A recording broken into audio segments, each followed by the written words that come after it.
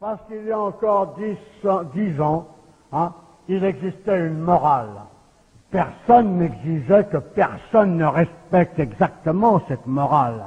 Mais la morale existant, le tordu ou le pourri qui sortait vraiment de cette morale savait qu'il faisait quelque chose qui n'était pas très droit et qui n'était pas très juste.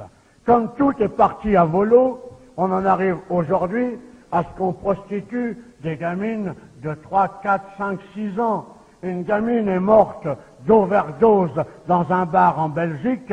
C'était la fille d'une prostituée qui l'avait confiée au patron du bar, et le patron du bar la faisait monter. Elle montait avec des clients, et comme la gamine hurlait trop, eh bien il la bourrait de drogue.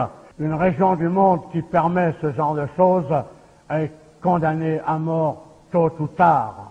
Et ça aussi, il faudra bien l'arrêter. Et ne croyez pas que je sois axé principalement là-dessus, mais je trouve que c'est une des choses les plus dégueulasses. Monsieur Jack Lang, qui prétendait être candidat à la présidence de la République, que l'on m'arrête à la sortie, si ce que je dis n'est pas vrai, a été compromis dans l'affaire des lieux de vie, et dans un lieu de vie tenu par des socialistes qui s'appelait le Choral. Et là, des gamins étaient prostitués à des gens comme Jack Lang, et un gosse a été trouvé mort, sodomisé, la tête dans un seau de merde, que l'on m'arrête à la sortie si ça n'est pas vrai. Pourquoi Jack Lang est-il mêlé à l'affaire Epstein? Le nom de l'ancien ministre socialiste de la Culture et celui de sa fille Caroline apparaissent dans des documents publiés le 30 janvier par le ministère américain de la Justice. Ils dévoilent ainsi des liens entretenus avec l'homme d'affaires décédé en prison en 2019, alors au cœur d'un vaste réseau de trafic sexuel incluant des mineurs. Dans les Epstein Files, le nom de Jack Lang apparaît 685 fois. Dans ses courriels, Epstein le présente comme un grand ami et une icône française. Les liens sont à la fois amicaux et financiers. Par exemple, l'homme d'affaires semble commenter, probablement en 2013, un texte de Jack Lang intitulé « L'éducation d'un petit prince pour tous nos enfants » dans un échange de courriel avec Fabrice Parsi, proche conseiller de l'ex-ministre qui venait tout juste de prendre la tête de l'Institut du monde arabe à Paris. Dans le texte, qui se veut une réflexion sur l'éducation moderne, Jack Lang affirme « Le petit prince doit prendre conscience de son propre corps et s'efforcer d'acquérir à la fois force physique et beauté. » En réponse, Jeffrey Epstein interroge « Faut-il initier l'enfant à la religion? Nouvelle sexualité? Le tester? À quelle fréquence? Test standardisé? Exemple de projet? Etc. » Le lendemain, Caroline Lang, la fille de Jack Lang, répond « Mon père est d'accord avec votre suggestion d'ajouter la religion, la nouvelle sexualité. » Ce mercredi matin, sur BFM TV, Jack Lang assure ne pas se souvenir de ce texte, affirmant qu'il s'agissait peut-être d'un projet de film. Or, à l'époque, Jeffrey Epstein est déjà affilié à plusieurs affaires de pédocriminalité. Caroline Lang indique ce 2 février à Mediapart qu'elle connaissait ce passif. J'ai trouvé dans la presse de Floride qu'il avait été condamné pour prostitution de mineurs et qu'il avait été condamné pour cela en 2008.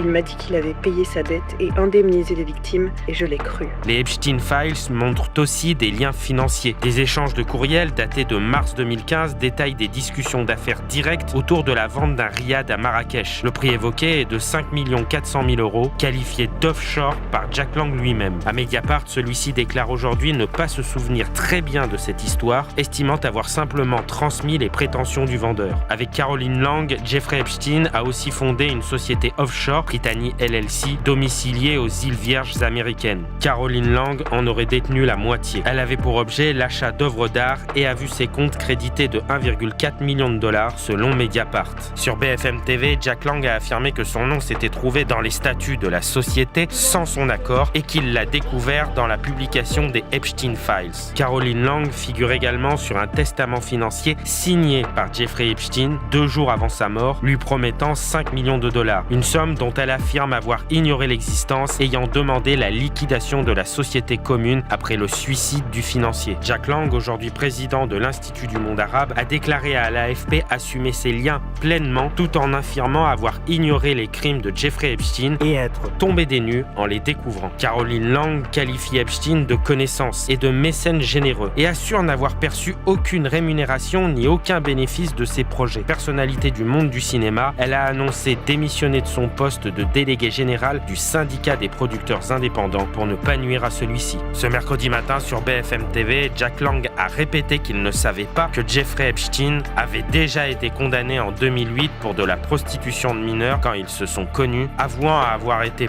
peut-être naïf. Il a assuré n'avoir fait aucune affaire lui-même avec le financier. Par ailleurs, il exclut de démissionner de la présidence de l'Institut du monde arabe.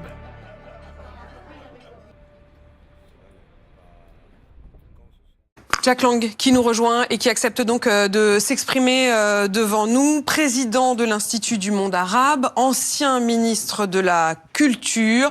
Jack Lang, je vous laisse vous installer. Bonjour. Merci beaucoup. Votre nom apparaît plus de 600 fois dans les documents révélés par le département de justice américain concernant l'affaire Jeffrey Epstein. On va essayer de comprendre avec vous de quelle nature étaient ces liens. Une question d'abord sur une photo qui circule beaucoup depuis hier, une photo où l'on vous voit, vous, Jack Lang, aux côtés de Jeffrey Epstein. C'est devant la pyramide du Louvre. Je voudrais qu'on puisse voir cette photo et que vous puissiez nous dire de quand elle date. On l'a vu évidemment hier, cette photo. J'aurais aimé qu'on la voie maintenant.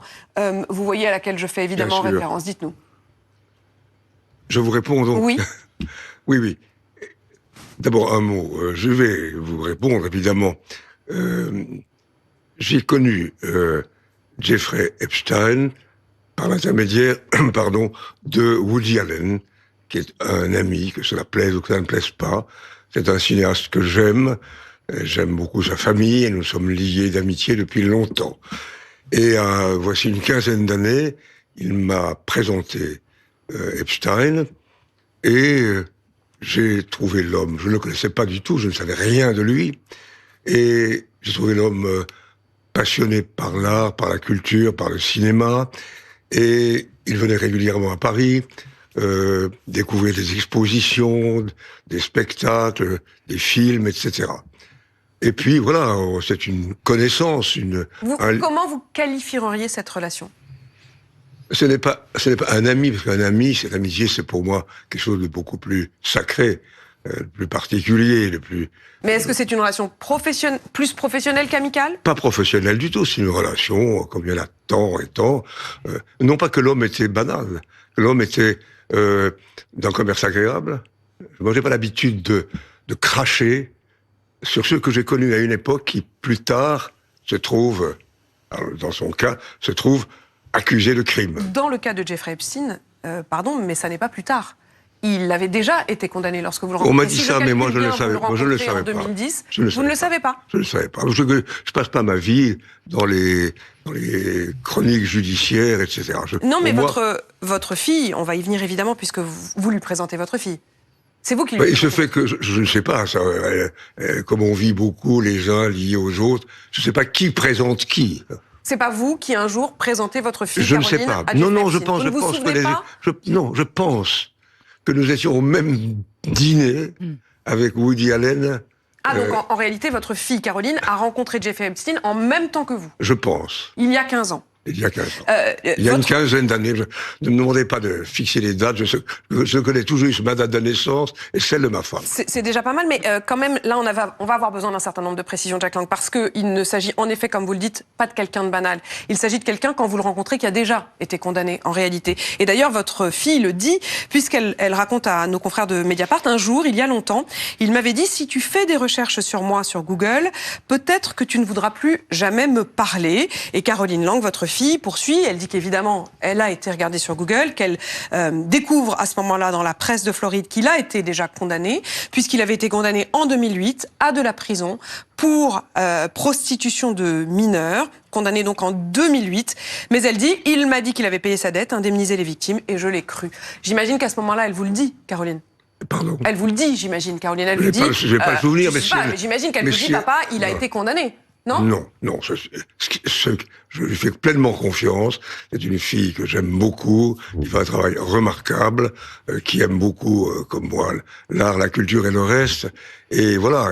Non. Je n'avais pas... Mais est-ce que l'art et la culture permettent tout? C'est-à-dire que là, lorsqu'elle dit elle-même, elle voit, elle sait, et vous dites non, mais moi je ne savais pas. Non, non. Donc elle sait, elle va voir, elle voit qu'il est condamné. Non, non, c'est comme ça, je ne savais pas, non. Donc vous ne savez pas. J'ai une question, Jacques Lang, parce que en fait, ce qui fascine quand on regarde les choses d'en bas, un peu du petit peuple, c'est on se dit finalement, il y a une espèce d'élite mondiale, intellectuelle et financière, et on a envie de savoir comment ça se passe. Et manifestement, malgré le fait que, parce que quand on voit les noms qui sont cités dans l'affaire, c'est absolument colossal.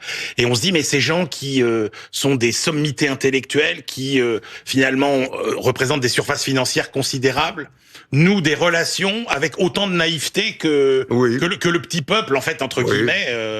Ça se passe comme au café du coin. Ma vie n'est pas, ma vie c'est une vie de contact, de relations. Je vois dans la rue, dans le métro, partout, j'aime parler aux gens. Et je leur demande pas leur extrait de naissance. Je leur demande pas leur casier judiciaire.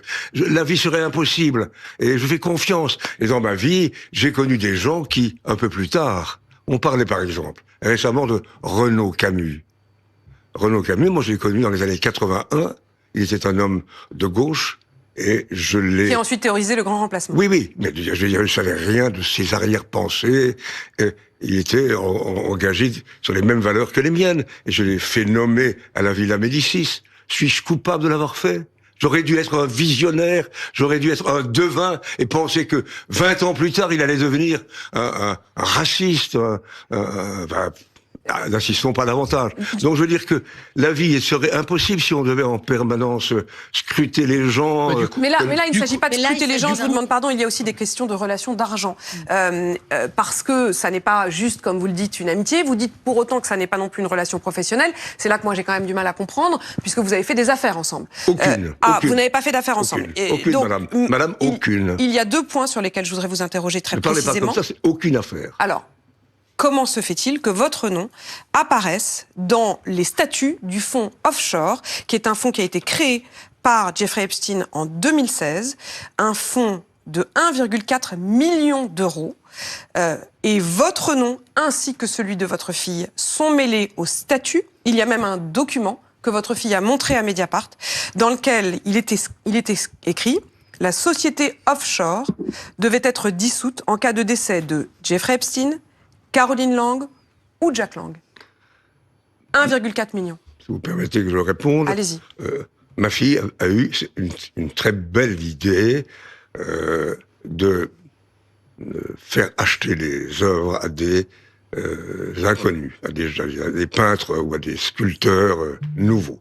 D'ailleurs, dans la lignée qui a toujours été la mienne, faire découvrir, dénicher, révéler des talents nouveaux, je l'ai fait dans toute ma vie, à Nancy, à Chaillot, comme ministre, aujourd'hui à Lima. Nous appartenons sur ce plan-là à le même sentiment de curiosité.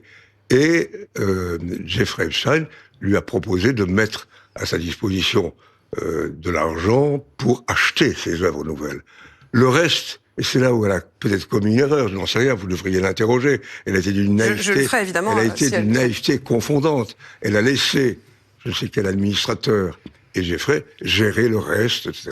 Et j'ai été moi-même stupéfait de découvrir il y a quelques jours que mon nom figurait là-dedans, alors que je n'ai rien à voir avec ça. Il s'agit d'une société offshore, 1,4 million d'euros.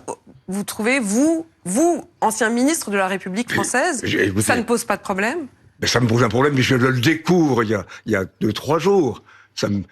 Si monsieur Jeffrey était là, je lui dirais pourquoi avez-vous le culot de mettre mon nom dans ce document? Mais voilà, ça a été pour moi une découverte. Alors, vous dites donc que c'est par hasard que votre nom se trouve sur ce document et dans les statuts de cette société. Il a quand même 1,4 million d'euros dans lesquels, effectivement, dans les statuts, il met votre fille et vous-même. Et puis, il y a cette association. Cette association qui s'appelle Association pour la promotion de la politique culturelle nationale, menée dans les années 80 et 90. Voilà le titre de cette association. Cette association, elle a été créée par des tout proches de vous, des gens qui ont travaillé avec vous dans votre cabinet. Et cette association a reçu de l'argent personnel de Jeffrey Epstein, 57 897,97 $. Et ça, c'était donc juste l'année qui a précédé sa mort. L'année L'année qui a précédé sa mort. Pourquoi cette association là encore, est-ce que c'est un hasard qu'il se trouve qu'elle soit créée par des tout proches de vous et qu'elle touche de l'argent de Jeffrey Epstein? Il se trouve que des amis avaient le projet de faire un film qui raconte j'allais dire, les années longues Mitterrand culture. Et il fallait trouver de l'argent pour financer ce film, c'est tout. Et donc, on le fait habituellement, c'est pas anormal. D'ailleurs, je crois que d'autres personnes ont contribué au financement de ce film. Mais j'aggrave mon cas, si j'ose dire. Je crois que, il faudra le vérifier, que Jeffrey a donné aussi un petit coup de main pour la réalisation d'un film qui avait été consacré à notre fille Valérie, qui à ce moment-là avait quitté la vie, et il a fait preuve vis-à-vis d'elle, vis-à-vis de nous, d'une affection, d'une attention à laquelle nous n'étions pas insensibles. Il ne faut pas en quoi il est anormal. Je le fais en permanence pour l'Institut du monde arabe ou d'autres institutions. Je sollicite des mécènes. Solliciter un mécène, ce n'est quand même pas un délit. Je vous pose simplement la question de savoir où sont passés ces 57 890 Non, le film n'a pas été achevé. Ils ont été utilisés pleinement par l'équipe de production. Mais c'est vous qui avez été demandé à Jeffrey Epstein de mettre cet argent. C'est moi. C'est vous. Oui, ben je le connaissais. D'accord. Oui. C'est vous qui avez été lui demander de mettre 57 897 mais parce que dollars. On me demandait de trouver de l'argent pour ce film. D'autres personnes. Pour ce film à la gloire de votre politique. C'est rien, c'était à la gloire. C'était un film.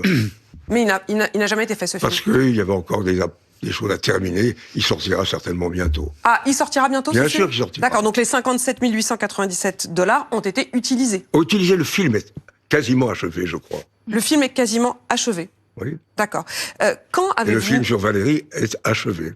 Ça, c'est l'autre film dont vous parlez. Voilà. Jack Lang, il y a bien un moment où vous avez su, quand même, pour Jeffrey quoi Epstein, pour son passé. Mais rien. Jamais. Rien. Vous l'avez appris au moment de son Écoutez, arrestation. je suis sans doute un pauvre naïf, un pauvre innocent, un pauvre débile. En plus, moi, je ne m'intéresse pas à la vie privée des gens. Oui, mais tout de même, c'est pas n'importe quoi. Je ne m'intéresse pas. Non, mais c'est pas ça. Écoutez, il faut que les personnes qui nous écoutent sachent que ce monsieur était un autre que le criminel que l'on décrit aujourd'hui. C'est Dr. Jekyll et Mr. Hyde. Le Jeffrey que j'ai connu, c'était un homme passionné d'art, charmant. Quand je dis ces paroles, ça m'a choqué. Mais c'était la vérité. Mais votre fille très vite découvre qu'il a été condamné, qu'il a fait de la prison, et vous, jamais. Jamais. C'est-à-dire que quand vous le voyez ensemble, quand elle se met à travailler pour lui, jamais. Jamais, vous dites jamais. Je parle avec mon cœur et avec mon esprit et ma conscience. Et si vous l'aviez su, auriez-vous fait les choses autrement ? Pardon. Si vous l'aviez su, évidemment oui. J'entends ce que vous dites. Vous dissociez l'homme de son parcours judiciaire. C'est évident, puisque dès lors que nous avons appris, moi en même temps que vous en même temps que moi, que cet homme avait été l'auteur de crimes, aussitôt toute relation a été interrompue. Pardon, non. Votre fille a appris qu'il avait été l'auteur de crimes. Votre fille a appris, effectivement, et elle le dit, qu'il avait été condamné, qu'il avait fait de la prison, et elle dit, j'ai considéré qu'il avait fait... J'aime beaucoup ma fille, c'est une fille honnête, sérieuse. Oui, mais vous ne pouvez pas dire, si on avait su, on n'aurait pas fait. Mais écoutez, interrogez-la si vous le souhaitez, elle vous répondra mieux que moi. En tout cas, ce que je sais, pour revenir à des questions d'argent, pas un kopek, pas un yen, pas un franc, pas un centime n'est venu dans ma poche ou dans la poche de Caroline. Voilà. Elle n'a pas été payée pour... Elle n'a pas été payée. C'était bénévole. Pour avoir utilisé effectivement cet argent pour choisir des artistes. Entièrement bénévole. Depuis la révélation de ces documents, votre fille a fait le choix de démissionner de ses fonctions du syndicat du cinéma indépendant. Est-ce que vous-même, vous avez songé à quitter la présidence de l'Institut du monde arabe ? Et pour quelle raison ? C'est une question. Mais non, je n'ai pas songé une seconde. Je suis président d'un institut dans lequel le public afflue. Les événements sont célébrés dans le monde entier. J'ai reçu au contraire, depuis ces quelques heures là où on agite le landerneau, des messages de félicitations venant de pays arabes, venant de visiteurs, de spectateurs, d'amis qui me réjouissent beaucoup. Mais il vous félicite. Pas un instant. Et pourquoi ? Pardon, mais il vous félicite de quoi ? Et pourquoi aurais-je démissionné ? Je vous pose la question parce que votre fille, elle, a fait le choix de démissionner de ses fonctions. C'est autre chose, parce qu'elle-même était dans une société de producteurs indépendants de cinéma, etc. Oui. Et elle a pensé que tout le tintamarre autour risquait de mettre en péril sa fonction et sa crédibilité vis-à-vis des gens de cinéma. Il a accompli ce geste en pleine intégrité et en pleine honnêteté, et je la félicite. Dans un mail de 2018, dans un échange entre vous et Jeffrey Epstein, l'objet du mail s'appelle Petit Prince et Jeffrey Epstein vous écrit « Merci, je regarde ça cette semaine et je reviens vers toi. Est-ce que l'enfant doit être introduit à la religion, à de nouvelles sexualités? Doit-il être testé et à quelle fréquence ?» Je cite. De quoi s'agit-il? Mais je ne sais pas très bien. On m'en a parlé là encore ces derniers jours. J'ai demandé à mon assistant Fabrice de rechercher. Peut-être était-ce un projet de film qu'on m'avait remis. J'en reçois souvent des projets de film. On croit que j'ai une puissance d'intervention. On se trompe. Et donc, j'ai dû envoyer ce projet de film, dont je n'ai pas le souvenir, à Jeffrey. Et voilà. Le Fabrice dont vous parlez est effectivement votre assistant et il est souvent votre intermédiaire. Oui, parce qu'il travaille à mes côtés. Parfois, les échanges avec Jeffrey Epstein sont directs et parfois, il passe effectivement par Fabrice. Vous le savez bien et ce n'est pas une surprise pour vous, mais il vous a souvent été reproché. Vous dites que les gens changent, je veux bien, mais en effet, dans les années 70, des intellectuels, dont vous, avaient dit qu'au nom de la liberté, il fallait pouvoir avoir des relations sexuelles, y compris avec les plus jeunes. C'est beaucoup plus compliqué que ça. C'est une initiative qui n'est pas la mienne, mais j'ai signé en bas de course, et on oublie de rappeler chaque fois que c'était Jean-Paul Sartre, Jean-Pierre Foucault, Roland Barthes, Catherine Dolto et je ne sais qui des intellectuels qui des années 70. Une évolution de l'éducation, mais je ne sais même plus dans quelles conditions. En tout cas, j'ai apposé mon nom. Peut-être ai-je fait une bêtise. À cette tribune de 1977 pour défendre 3 pédophiles au nom de la liberté sexuelle. Oui, mais en tout cas, je n'étais pas seul. Et les gens qui m'ont entouré, plutôt qui m'ont sollicité, n'étaient pas les plus stupides de la Terre. Je crois que c'était Michel Foucault, pas Jean-Pierre. Oui. Pardon. Oui, tout à fait. Le pauvre Jean-Pierre Foucault se retrouve soudain mêlé à cette question-là. Vous dites, il n'est pas question pour moi de démissionner. Et vous dites même, je ne comprends pas. Pardon, votre fille, elle estime que désormais cette affaire nuit simplement à la réputation et à l'intégrité du syndicat pour lequel elle travaille. Vous ne vous dites pas, ça nuit à la réputation et à l'intégrité de l'Institut Mondara pour lequel je travaille aujourd'hui. Mais quel acte répréhensible j'ai commis? Aucun. Je me sens pleinement, j'allais dire, pour employer une vieille expression, blanc comme neige, et personne ne me l'a reproché. Mais écoutez, quel rapport avec l'Institut Vous n'avez Mondara? aucun regret, Jacques Lang? Pardon? Vous n'avez aucun regret? Je ne regrette pas d'avoir connu le premier, si j'ose dire, Epstein, qui était celui que je vous ai décrit, qui se passionnait. Mais quand on accepte ainsi et quand on va solliciter un ami ou pas ami, une connaissance, y compris financièrement avec des sommes qui sont quand même importantes, est-ce que la naïveté que vous dites avoir n'est pas aussi confortable? Écoutez. Ça vous a arrangé peut-être de ne pas savoir? Mais non, absolument pas. Ou de ne pas demander, ou de ne pas poser de questions. Pas du tout, écoutez. Tout au long de ma vie, pour créer le Festival mondial du théâtre, pour développer les activités de Chaillot comme ministre de la Culture, puis plus tard comme président de l'Institut Mondara, j'ai sollicité des mécènes. J'ai même fait adopter dans mon pays, dans notre pays, des lois encourageant le mécénat. En quoi est-ce répréhensible? En quoi? Et on ne se pose pas la question de savoir d'où vient l'argent. L'argent n'a pas d'odeur. Vous savez, nous recevons de l'argent à Lima qui viennent de tel ou tel pays. Vous vérifiez, j'espère, maintenant? On vérifie avec les moyens qui sont les nôtres.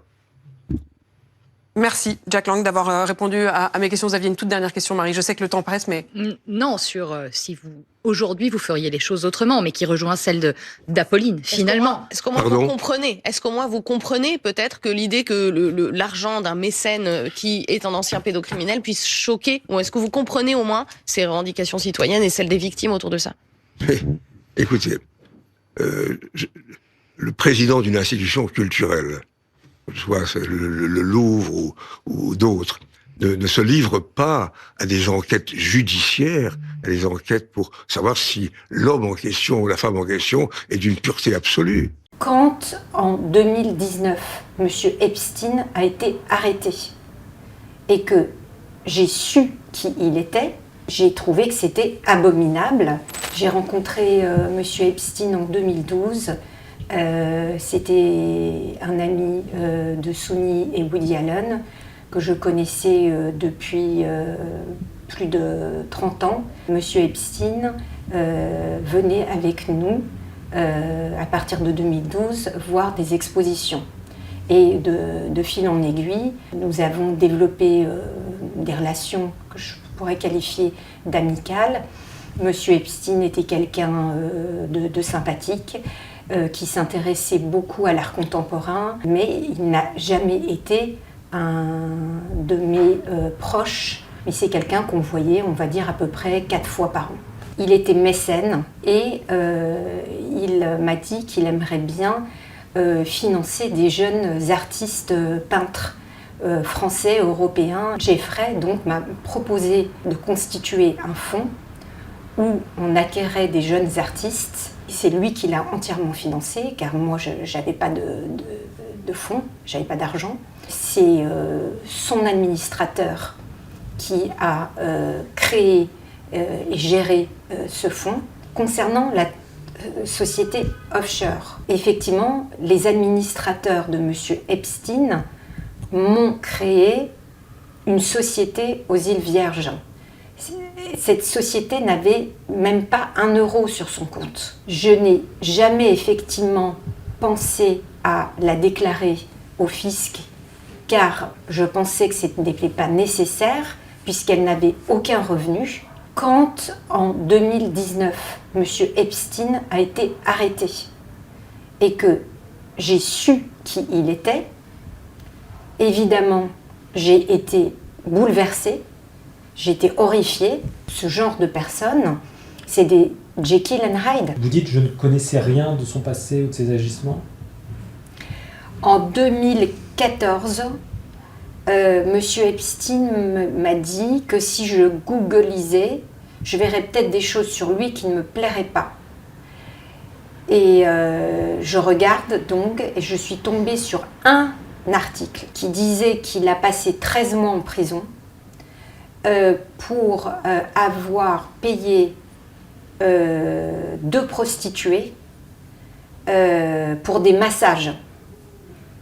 Et donc, je trouve ça horrible, et je lui en parle, et il me dit oui, que c'est vrai, qu'il le regrette, que c'était moche, qu'il a payé pour ça, qu'il a passé 13 mois en prison. Sauf erreur de ma part, à l'époque, il est déjà question de mineurs.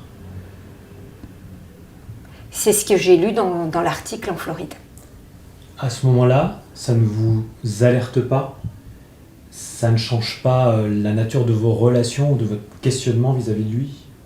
Non, parce que son comportement était tout à fait normal. Il ne m'a jamais, pardonnez-moi l'expression, dragué. Il a toujours eu un comportement exemplaire avec mes enfants. Je ne l'ai jamais vu avec moi ou à mon entourage avoir un comportement indélicat. Donc non, je ne soupçonnais absolument pas. Visiblement, vous figuriez sur un testament financier signé par Jeffrey Epstein 2 jours avant sa mort, promettant 5 millions de dollars. Qu'est-ce que vous savez de cela ? Alors là, je l'ai appris dimanche, quand j'ai pris donc un café avec Fabrice Arfi.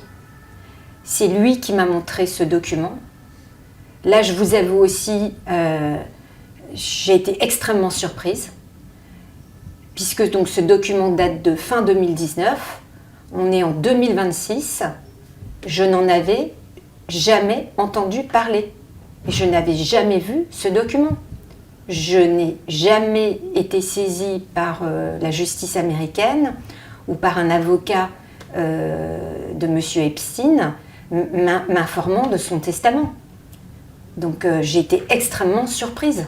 C'est Caroline Lang qui nous rejoint à présent. Caroline Lang, c'est la première fois donc que vous prenez la parole. Bonsoir, je vous laisse vous installer sur ce plateau. Bonsoir. Soyez la bienvenue, vous êtes productrice, vous êtes une personnalité du monde de la culture, vous êtes la fille de Jack Lang et vous êtes aussi donc au cœur de l'un des volets de cette affaire Epstein en France. Vous avez dû démissionner de votre poste de présidente du syndicat des producteurs indépendants après des révélations de Mediapart au sujet de liens financiers avec Jeffrey Epstein en 2016. Je vais tenter de reprendre les choses chronologiquement et d'être clair. Si vous me permettez, oui. Je voudrais juste dire en préambule que si j'ai accepté votre invitation ce soir, alors que je ne suis pas une personne publique et que je n'ai jamais souhaité être une personne publique, c'est justement parce que je voudrais rétablir la véracité des faits me concernant principalement et aussi ma famille, et que je n'aime pas du tout l'expression que vous avez également utilisée tout à l'heure quand vous avez commencé de parler de l'affaire Epstein, que j'aurais fait des affaires avec monsieur Epstein. On en parle ? On va en parler. Et on laissera chacun mais juger, évidemment. Je voulais vous dire pourquoi, en préambule, et pour vos téléspectateurs, pourquoi j'ai accepté cette invitation. Alors, on est en 2016. Vous êtes à la tête de Warner Bros. Télévision pour la France. Vous créez, avec Jeffrey Epstein, une société basée dans les îles Vierges américaines pour financer l'achat d'œuvres d'art. Jusqu'à présent, on est d'accord ? Oui, peut-être je pourrais... D'un mot, vous le connaissiez depuis quand, Oui, Jeffrey Epstein, je vais commencer par ça. Je pense que c'est bien que les gens comprennent. J'ai rencontré monsieur Epstein en 2012. 4 ans avant donc de créer cette entreprise. Par des amis et de très bons amis que je connaissais depuis plus de 30 ans, avec lesquels on avait une passion pour l'art. Et donc, nous allions visiter des expositions. Donc, vous le rencontrez en 2012. 4 ans plus tard, en 2016, vous créez cette société avec lui. Vous avez la moitié des parts, il en a la moitié, c'est ça ? Laissez-moi, s'il vous plaît, Allez-y. je veux être précise. J'essaye aussi. Voilà. Donc, nous visitions beaucoup d'expositions et monsieur Epstein aimait, comme moi, l'art contemporain, les expositions, les concerts et l'architecture. En 2013, j'ai perdu ma sœur Valérie d'un cancer foudroyant. Et j'ai horriblement souffert, comme mes parents, et monsieur Epstein a été très amical dans cette période qui a été extrêmement douloureuse. J'aimais effectivement beaucoup l'art contemporain, et lui aussi. Monsieur Epstein m'a proposé que nous créions ensemble un fonds pour soutenir des jeunes artistes, peintres ou sculpteurs français ou internationaux. Fonds qui est doté d'1,4 million de dollars. Vous avez la moitié des parts, il a l'autre moitié. On est donc en 2016. À ce moment-là, j'essaye d'avancer. Alors, à ce moment-là, c'est monsieur Epstein avec ses avocats et son administrateur qui crée une société dont... C'est lui qui l'a créée. C'est lui qui l'a créée. Mais vous avez la moitié des parts. J'ai la moitié des parts, mais je veux préciser qu'il crée cette société. Les 1,4 million qu'il met, lui, dans cette société, évidemment, je n'en ai pas la moitié des parts. Cet argent, il est mis et c'est spécifié dans les statuts pour acquérir des œuvres. C'est de l'argent que vous ne touchez pas, vous. C'est de l'argent que je ne touche pas. Mais il y a la moitié à votre nom, la moitié aussi, c'est bien ça. Oui, mais c'est très clair dans les statuts de la société que cet argent sert uniquement à acheter et à acquérir des œuvres et à financer des jeunes artistes. Donc, je n'ai absolument aucun moyen et aucune possibilité de toucher ces 1,4 million. Ça n'était pas votre argent, c'est ce que vous nous expliquez. Ça ne m'intéresse pas. Ça me semble très très clair. On est en 2016. En 2008, 8 ans avant, donc Jeffrey Epstein a déjà été condamné aux États-Unis pour avoir eu recours à des prostituées, à des jeunes filles très jeunes, de 14 ans. Il a été condamné à 18 mois de prison. Finalement, il n'en fait que 13 à l'issue d'un accord avec la justice américaine. Quand vous faites cet accord avec lui en 2016, vous êtes au courant? Donc, comme je vous l'ai dit, j'ai rencontré monsieur Epstein en 2012. En 2014, monsieur Epstein me dit que si je vais sur Google, je vais peut-être voir une chose sur lui qui ne va pas me plaire. Vous allez sur Google? Donc, je vais sur Google et je tombe sur un seul article, pas des articles, mais un seul article d'un article d'un journal de Floride qui mentionne que M. Epstein a été condamné à 13 mois de prison pour avoir sollicité une prostituée de 16 ans pour un massage. Quelle est votre réaction à ce moment-là? Ma réaction, je suis horrifiée. Je lui dis, c'est absolument dégueulasse ce que tu as fait, c'est immonde. Comment tu as pu faire une chose pareille? Et il me répond, oui, c'est horrible. Je le regrette amèrement, mais j'ai payé ma dette. J'ai été 13 mois en prison. J'ai indemnisé la victime et je me suis fait soigner. Et moi, je dis, bon, très bien.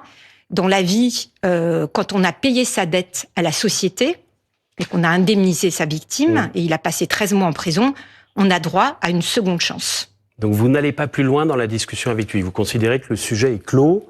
Mais si, j'ai une vraie discussion avec lui. Je ne sais pas que je vais pas plus loin. À aucun moment, vous j'ai vous une dites, vraie au vu de ce que discussion j'apprends aujourd'hui, avec lui. Ouais. Bien sûr que j'ai une vraie discussion. Mais je pense que dans la vie, c'est pas pour M. Epstein. Quand on va en prison, quand on a fait des vols, etc., on a sa peine de prison. Et après une peine de prison, c'est ça la prison. Même dans une affaire comme celle-ci qui mettait en cause une jeune fille de 14 ans. Moi, j'avais lu que c'était une fille de 16 ans. Ouais. C'était un massage et c'était pas un viol. On découvre également dans les statuts de cette entreprise que votre père, Jack Lang, en faisait partie. La société devait être dissoute si vous mouriez, s'il mourait ou si Jeffrey Epstein mourait. Comment vous l'expliquez que Jack Lang se retrouve dans les statuts de cette entreprise, lui dit aujourd'hui qu'il n'était pas au courant? Non, mon père ne faisait pas partie de cette entreprise. Il n'avait rien à voir avec ce trust. Mais il était bien dans les statuts. Laissez-moi répondre. Oui, pardon, il était bien dans les statuts? Il n'était pas dans les statuts de cette société. Il y a un article dans cette société. Je vous avoue que moi-même, j'ai découvert récemment en relisant les statuts de cette société. Quand vous dites récemment, là, cette semaine? Oui, cette semaine.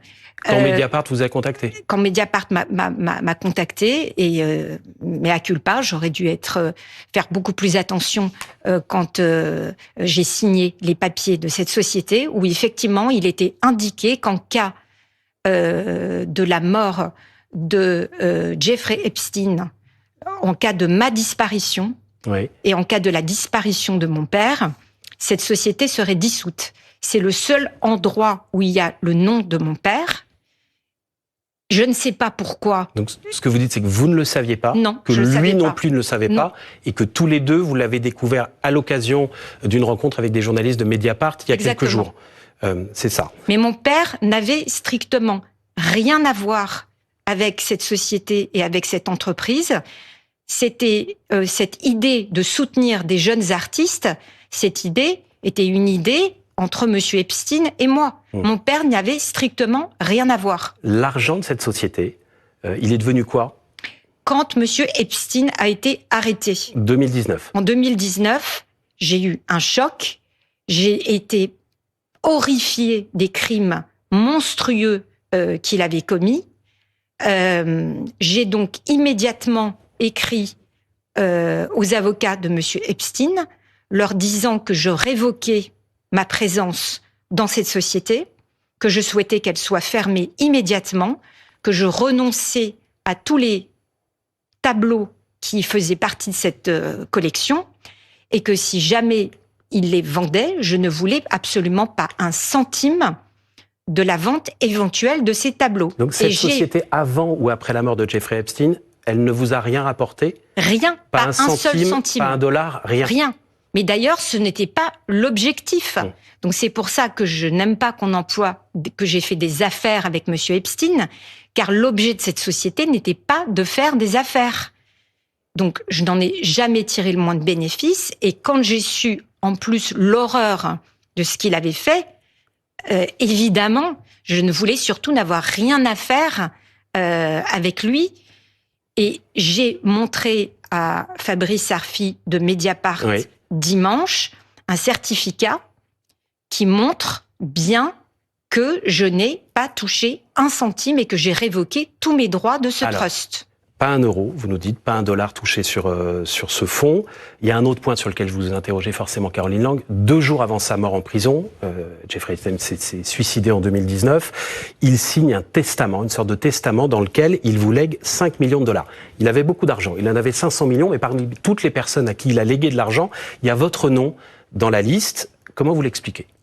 Alors, je l'ai appris dimanche par Fabrice Arfi de Mediapart, qui m'a montré le testament de... Pardon, il meurt en 2019 et Oui. vous ne l'avez appris qu'en 2026. Je l'ai appris dimanche. J'ai été stupéfaite. Jamais personne ne m'a envoyé ce testament, que ce soit les autorités de la justice américaine ou les avocats de M. Epstein. J'en avais pas du tout la moindre idée. Donc vous n'avez rien touché? Bien sûr que non, j'ai rien touché. Comment vous expliquez que votre nom a été dans la liste?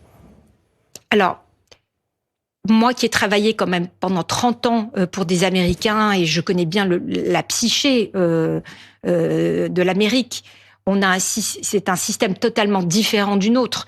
Nous, en France, on fait hériter sa famille. Aux États-Unis, de nombreuses personnes font hériter des amis, des fondations. Monsieur Epstein donnait beaucoup d'argent à des universités américaines pour de la recherche. Je pense qu'il avait de l'affection pour moi. Il voyait que j'étais une mère seule, avec 2 enfants, que je passais tout mon temps entre mon travail, que j'aimais beaucoup, mais je travaillais énormément et j'élevais seule mes 2 filles. C'est ma seule explication. Voilà, je pense qu'il a voulu être généreux avec moi. Si je reviens à la chronologie dont on vient de parler, vous le rencontrez en 2012, il meurt en 2019. Pendant 7 ans, vous avez donc connu Jeffrey Epstein. On sait que il vous avait prêté sa villa à Palm Beach, en Floride. C'est dans les documents qui sont sortis aussi. Vous y êtes allé avec vos filles en vacances. Comment vous définiriez l'homme qu'il était pour vous? C'était un ami? C'était un intime? C'était un ami, ce n'était pas un intime. Il n'était pas du tout dans mon cercle proche d'amis. Il vous a écrit intime. Dans un mail, j'ai l'impression de faire partie de votre famille. Mais c'était son sentiment à lui. C'était pas, ce n'était pas un intime, c'était un ami. Je ne dirais pas le contraire. C'était quelqu'un de sympathique. Comme je vous l'ai dit, il a été extrêmement gentil avec moi et ma famille lors du décès de ma sœur, qui a été une période terrible pour nous. Mais ce n'était pas, il ne faisait pas partie de mes proches intimes, de mes amis proches. Vous diriez que vous l'avez rencontré combien de fois dans votre vie? Quinzaine de fois. Une quinzaine de fois. Est-ce que parfois c'était chez lui, dans son appartement à New York, ou dans son appartement à Paris? Je ne suis jamais allée chez lui à New York. J'ai été quelques fois chez lui dans son appartement à Paris. Et à part rentrer dans le vestibule et m'asseoir dans son salon en face de lui, et avoir été une fois à un dîner et une fois à un déjeuner, c'est tout, en tout et pour tout. Et en à plus, aucun moment dans ces rencontres, vous n'avez vu autour de lui des femmes très jeunes dans son entourage? Vous n'avez rien vu? Non, et je vous dirais, moi, mon explication, c'est que les prédateurs sexuels, on voit bien dans l'affaire Pellico, c'est des gens qui ont évidemment des doubles personnalités, qui cloisonnent, qui cachent bien leur jeu, et qui montrent des doubles visages. Vous avez sans doute entendu les propos de votre père, Jack Lang, qui a été interrogé sur RTL et sur BFM TV, qui dit « J'assume les liens que j'avais avec Jeffrey Epstein. Je ne demande pas le casier judiciaire des gens que je fréquente. Je suis blanc comme neige. » Est-ce que vous pouvez comprendre que ces propos « Je suis blanc comme neige » ont pu choquer certaines des victimes? Ou est-ce que vous diriez, vous aussi, dans cette affaire, « Je suis blanche comme neige » Mon père a des expressions de son époque. On n'est pas de la même génération.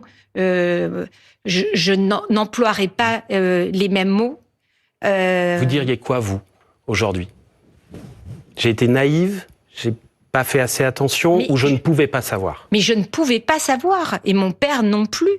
Est-ce que vous voyez le nombre de gens aux États-Unis qui ont fréquenté Monsieur Epstein? Quand on a connu Monsieur Epstein, on savait qu'il fréquentait la terre entière. Il était ami de Monsieur Trump, de Monsieur Bill Clinton. de tous les hommes politiques et femmes politiques aux États-Unis. Pourquoi on ne l'aurait pas fréquenté ? Comment on pouvait imaginer des horreurs pareilles ? Donc, je vois pas du tout pourquoi on l'aurait pas fréquenté. Comment on peut imaginer des monstruosités pareilles ? Je trouve qu'aujourd'hui, je ne comprends pas qu'on est soit en train de se focaliser sur ma personne ou celle de mon père. Moi, je trouve qu'on devrait se focaliser sur les hommes qui ont abusé de ces pauvres jeunes femmes qui ne sont pas arrêtées. Vous avez peut-être entendu tout à l'heure, on était justement avec l'une des victimes présumées de Jean-Luc Brunel, le rabatteur de Jeffrey Epstein. Il n'y a pas que Brunel. Je veux dire, toutes ces jeunes femmes qui ont été abusées par M. Epstein aux États-Unis. Comment ça se fait qu'aujourd'hui, aux États-Unis, le ministère de la Justice ne poursuit pas tous ces horribles types qui ont abusé de ces femmes? Vous avez raison, mais c'est un autre volet. Oui, mais c'est un volet. C'est un volet très important. Moi, je comprends pas aujourd'hui pourquoi on vient me chercher mon père. Vous le comprenez quand il dit je ne démissionnerai pas. Vous le comprenez? Mais pourquoi il devrait démissionner? Vous avez démissionné. Mais moi, je suis dans une situation différente. J'ai démarré un nouveau job il y a 3 semaines. Mon père, ça fait des années qu'il est dans sa fonction. Je venais juste de commencer un job. Je voulais pas mettre en péril le syndicat de la production indépendante, alors que je venais juste de commencer un nouveau job. Vous entendez Olivier Faure, le patron du PS, ou Renaud Muselier, son prédécesseur à l'Institut du monde arabe, qui dit il risque d'abîmer l'image de l'Institut du monde arabe. Renaud Muselier, il a abîmé l'Institut du monde arabe en n'ayant rien fait pour l'Institut du monde arabe. Non. Et Olivier Faure, j'ai envie de lui dire qu'il travaille à avoir un plan pour la France. Notre pays a besoin de nouvelles idées pour notre pays. Ça, c'est autre chose. Un tout dernier mot, Caroline Lang. Est-il exact, comme le dit la journaliste Laurence Saïm aujourd'hui sur ses réseaux sociaux, que vous avez présenté Jeffrey Epstein à Dominique Strauss-Kahn? Je lui ai pas présenté, je lui ai expliqué. Et c'est formidable comment les gens ont l'art de déformer vos propos. C'est pour ça que je vous pose la question. C'est extraordinaire. Vous les avez mis en contact? Non, je lui ai dit que Jeffrey Epstein avait peut-être, et je m'en souviens plus, excusez-moi, parce que ça date quand même d'il y a plusieurs années. Votre journaliste tout à l'heure, Madame Anne-Elisabeth Moulet, je vous résume si vous voulez. Non, mais elle a très bien expliqué comment fonctionnait. Je vous résume parce que le mail fait partie des fichiers. Non, mais je vous dis. Vous me dites j'ai besoin qu'on me rafraîchisse la mémoire. Je me permets simplement vraiment. Ce mail que vous avez envoyé, pardon, je n'ai plus l'année, mais je vais la retrouver dans un instant, adressé à Jeffrey Epstein. Tu as un rendez-vous le 30 juin 2014, ça c'est l'année à l'hôtel Le Royal Monceau à 19h30. Je t'en dirai plus quand tu seras à Paris. Ce mail, c'est vous qui l'adressez à Jeffrey Epstein. Est-ce que c'est vous qui avez organisé un rendez-vous ou pas? Ma question est très simple. Mais je vous réponds, c'est possible, mais je vous explique pourquoi.